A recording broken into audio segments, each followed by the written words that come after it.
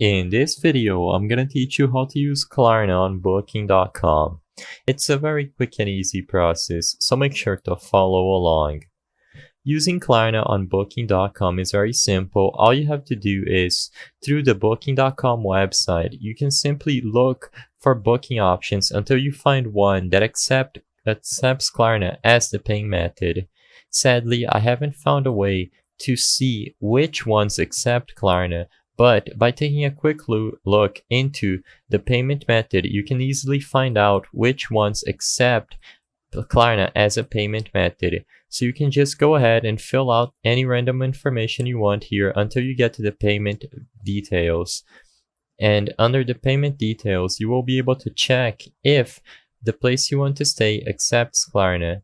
As you can see here under how do you want to pay, it gives us a bunch of options, but this one didn't allow us to use Klarna, which means that we gotta go through back and look for another place on Booking.com that allows us to use Klarna. When we find one, we can simply process the payment through the Klarna app itself, and we will be able to pay using Klarna inside of the app. I hope I was able to help you on how to use Klarna on Booking.com. If this video helped you, please be sure to leave a like and subscribe for more quick and easy tips. Thank you for watching.